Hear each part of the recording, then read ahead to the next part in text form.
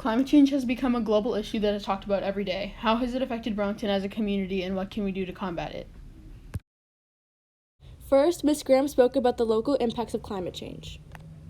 The big things that's probably most noticeable for people living around here is a change in our weather patterns. So we're getting more storms where we are getting a lot of precipitation from one event. And I think some of the storms, over this past weekend, or even if you think over the summer, people can definitely remember some of those big storms that they've had. Another good one, living on the coast.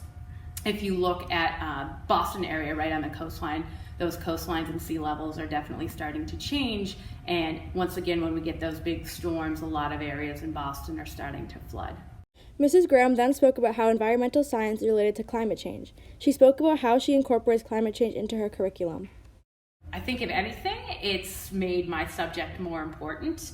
I think one of the really cool things about environmental science is if I wanted to, I could probably teach it all with what's happening in the news on that any given day. There's always stuff about the environment or climate change on the news. So I think if anything, it's made students realize how important this class is, and it's probably increased the numbers of students who've decided to take my class. So when I teach, I really try and explain the science behind climate change so that people leave having a really firm understanding of what that means. Earlier this year, Burlington banned plastic bags from being used in stores as an effort to reduce the amount of plastic that is used.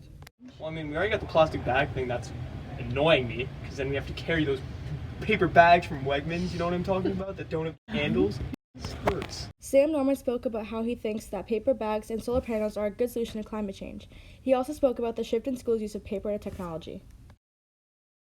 Using paper bags instead of plastic, which reduces companies from producing as much plastic, causing less pollution. Because paper bags are recyclable, so you don't have to produce a new one each time. It can be recycled in a new paper. And also, if more people decide to have solar panels on their roofs, then that would help greatly by reducing the amount of coal used.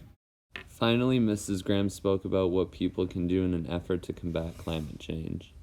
I think one of the biggest things we need to do is start looking at our actions that utilize fossil fuels. So things like driving cars is probably one of the biggest things that we can do.